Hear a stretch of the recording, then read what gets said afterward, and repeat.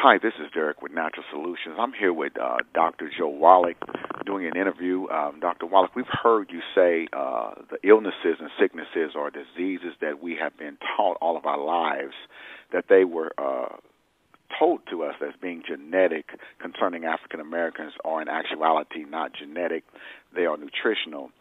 And your latest book is called Epigenetics, I believe. Today, our primary concern is to touch on the top illnesses that plague the African American community, explained and expounded upon through your view of epigenetics, with our subtopics of black gene or genetic lies and mistruths. Dr. Wallach.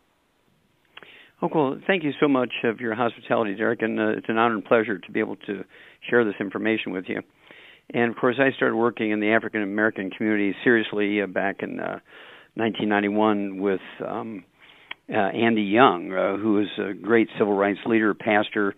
He was the mayor of Atlanta for several terms. He was the ambassador to the United Nations for the United States under Jimmy Carter.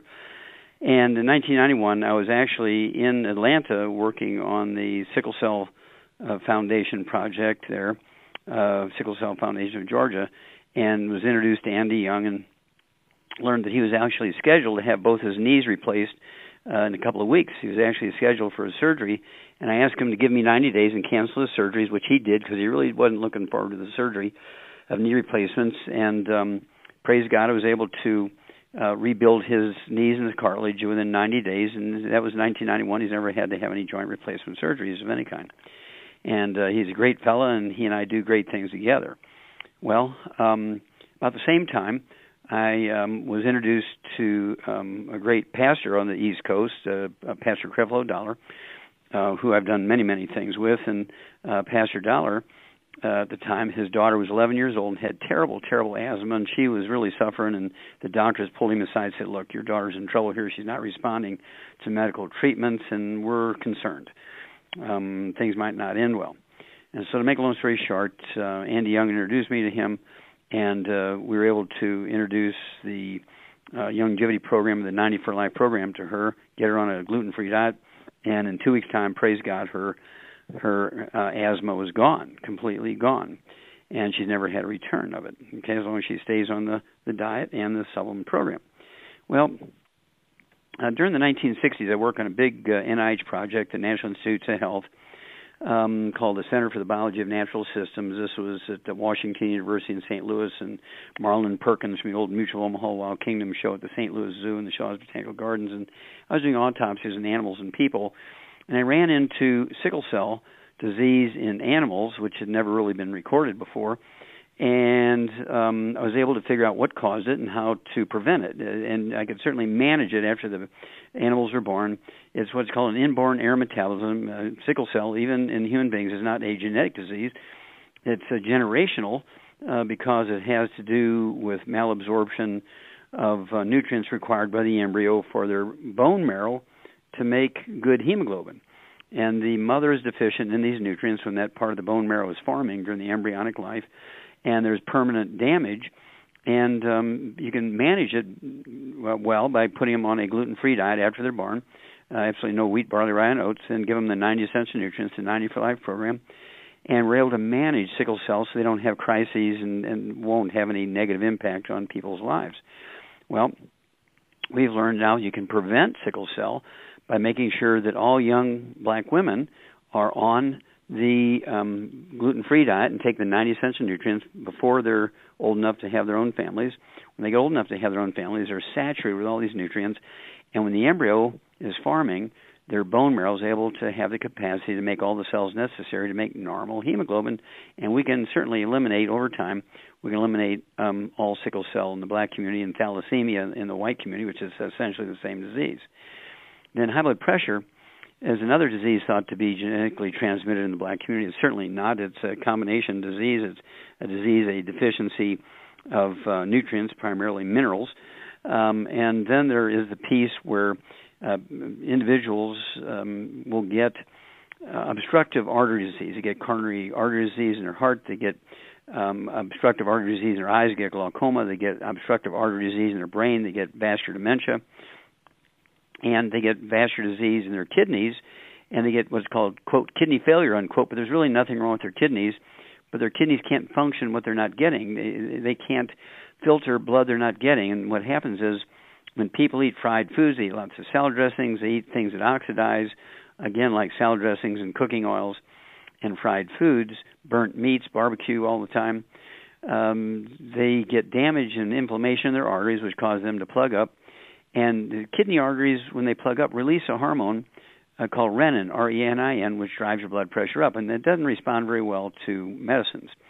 So we designed a program that will support healthy blood flow through even obstructed arteries in the kidneys.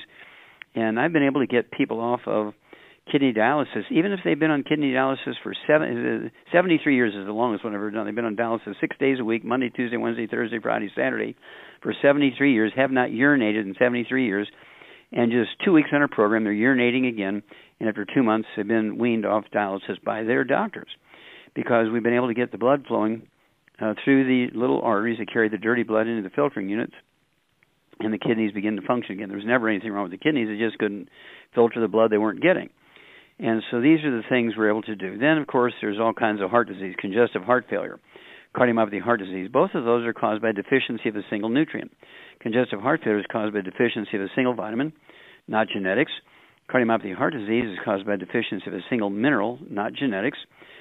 Coronary artery disease, cardiovascular disease, plugged arteries, wherever they're at in their body, is caused by eating inflammatory foods, fried foods, processed meats with nitrates and nitrites, deli slices, sandwich meats, oils, salad dressings, cooking oils. None of this has anything to do with cholesterol. And then, of course, thrombotic stroke, you get a blood clot in the brain, you get coronary thrombosis, a blood clot in the coronary artery in the heart.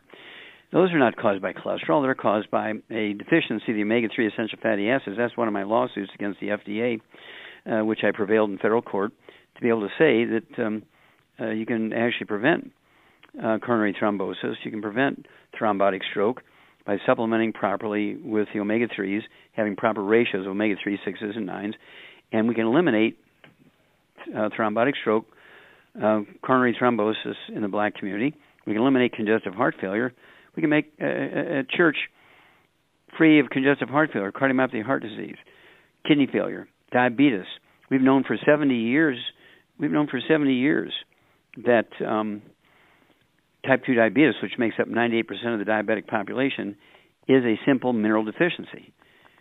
We've known this for 70 years. Of course, I've been working with all human populations of all races and ages for type 2 and type 1 diabetes. And by applying the research that's been done over the years, we can actually wean people off their medication. They go back to a normal life, and they're ex-type 2 diabetics. We even save people's legs when they have gangrene in their legs. They don't have to have their legs amputated most of the time if we catch them early enough. And, of course, all this information was put into a book entitled Black Gene Lies. And this book was actually paid for. The research was actually paid for, and the first 100,000 copies of that book were paid for by Pastor Creflo Dollar because we were able to save his 11-year-old daughter from a terrible asthma. And every black child in America needs to read this book, Black Gene Lies. And it goes into all the diseases thought to be genetically transmitted in the black population, which are really just simple nutritional deficiency disease, such as high blood pressure, type 2 diabetes, heart disease of all kinds, cancer, obesity. Obesity is not eating too much and lack of exercise. Obesity is a simple mineral deficiency. You just supplement with the 90 for Life program, and you're going to gradually lose weight. We do have accelerators you could take called ASAP, and the individual taking that combination of their healthy weight loss pack and the ASAP will lose anywhere from a half a pound to 2 pounds a day. We get people lose 140 pounds in 100 days on these programs. Very, very simple stuff because we know what causes obesity is not lack of exercise and eating too much. This is, of course, in the original book called Hell's Kitchen. The subtitle is The Cause, Prevention, and Cure of Obesity. It's in Black Gene Lies. And it's also this information on obesity is in the book Epigenetics. Epigenetics is my newest book, and it goes into great more detail and shows everybody why we need to supplement with the 90 essential nutrients to give our genes and our DNA and RNA and our telomeres, which are the end caps on our chromosomes, all the nutrients they need to maximize our genetic potential for longevity and for health, for disease resistance and intelligence. And, of course, everybody's given genetic potential. But we have to give our genes, our DNA, RNA, our telomeres, everything they need to be able to achieve that genetic potential. Just like a car, Derek, it has the ability to go 300,000 miles. Instead of putting 6 quarts of oil in there and changing that oil every 1,000 miles, you put 6 quarts of Texas Earth in there, because there's bound to be some oil in there, because everybody knows there's oil in Texas. That car is not going to go 400 miles. But yet the engine has the potential to go 300,000 miles, just like we have the potential, I believe, to live well beyond 200. After all, didn't Adam live to be 930, and most of his male descendants live over 900 years of age? A couple of them failed and only lived to be in their 800s. And so why are we dying in our 60s and 70s? Well, that's because we're not giving our genes, our DNA, our RNA, and our telomeres all the raw materials they need to maximize their genetic potential for longevity, for health, and for intelligence and fending off disease. And the book Epigenetics is a summary of 50 years of research, of my own research, and I'm considered one of the fathers of the science of epigenetics, because back in 1977 I found the first case of an animal that had a disease, cystic fibrosis, thought to be a childhood disease, was transmitted genetically in humans. And so how could that wind up to be found in a monkey? Well, I tracked it back, found out it was just a simple nutritional deficiencies, and that I could prevent and even cure cystic fibrosis by proper supplementation and proper dietary restrictions. And they fired me. Derek, they fired me from the Yerkes Primate Center at Emory University in Atlanta, because they said, Wallach, you're sniffing glue. Everybody knows it's genetic. I said, well, don't I get to defend my research, kind of like a PhD student when they're defending their research to a awards committee? No, we'd be too embarrassed to call a committee together to listen to your research, because it's so out there. Everybody knows cystic fibrosis is genetic. I mean, we'd be so embarrassed to call together a committee to even waste our time to listen to your research. And that's when I went back to school in 1978 and became a physician, so I could treat these kids. And, of course, I learned how to deal with arthritis, high blood pressure, diabetes, obesity, cancer, glaucoma, Alzheimer's disease. Alzheimer's disease is a very easy disease to prevent. One experiment, one double-blind randomized study, 10-year study, 5,000 people, 2,500 on the supplement program, 2,500 on a dummy pill, randomized gold standard study, and found that we could reduce the risk of Alzheimer's disease by 80% just on this little nutritional program. Well, it was a very limited program. What if they take all 90 essential nutrients and really have a nice dietary restriction?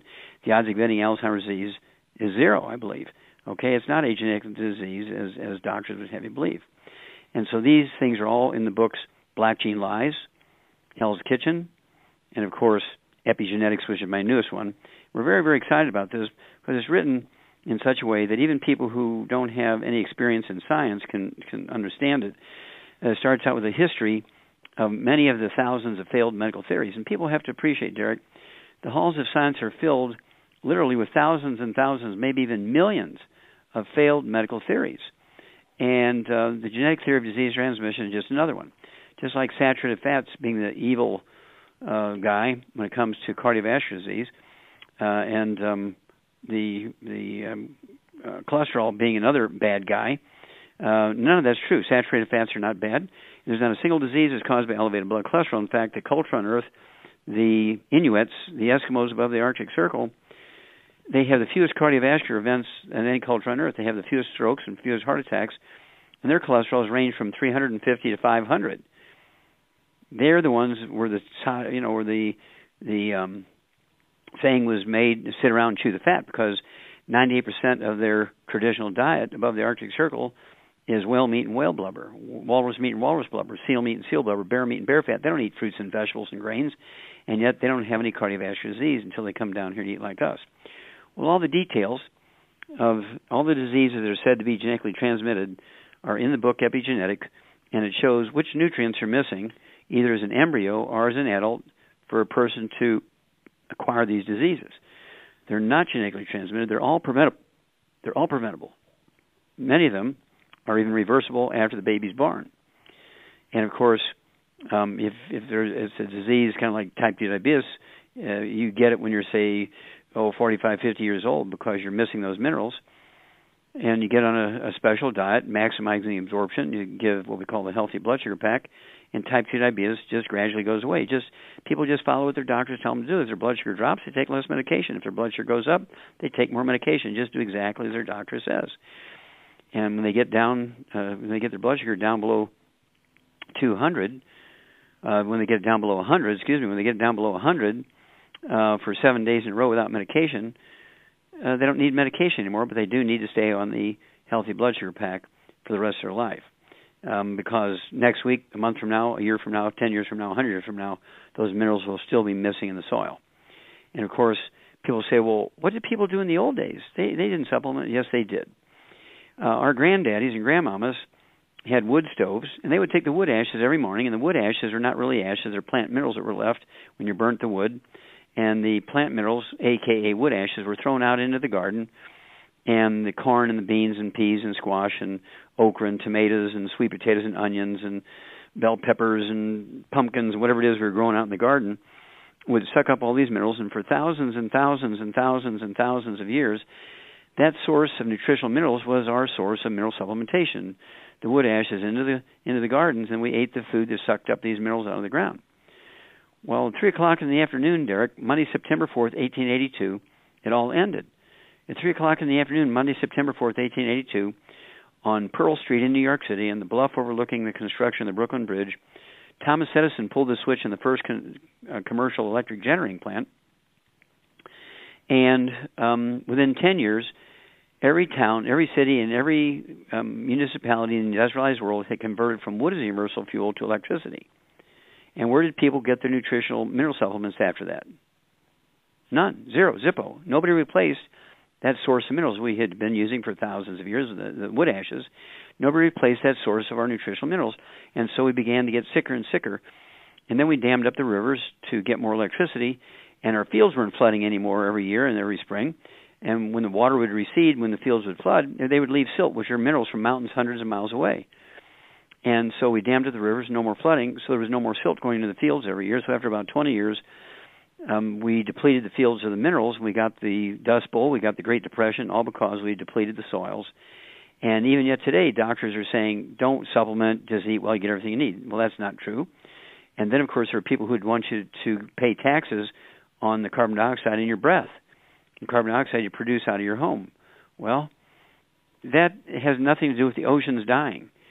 The oceans are dying because we dammed up the river for electricity, and they're not getting the mineral silt anymore from the mountains, and we're literally starving the ocean to death, and so we have to feed ourselves. Think about it. We're using artificial fertilizer now because we're not replenishing the fields every year by flooding. We're eating fish that are grown in ponds, farmed fish, now because there's no more fish in the ocean, simply because we dammed up the river and we've cut off the nutrition to the ocean. Before we dammed up all the big rivers in North America, through our big rivers, we were dumping 860 billion tons of silt out into the ocean every year.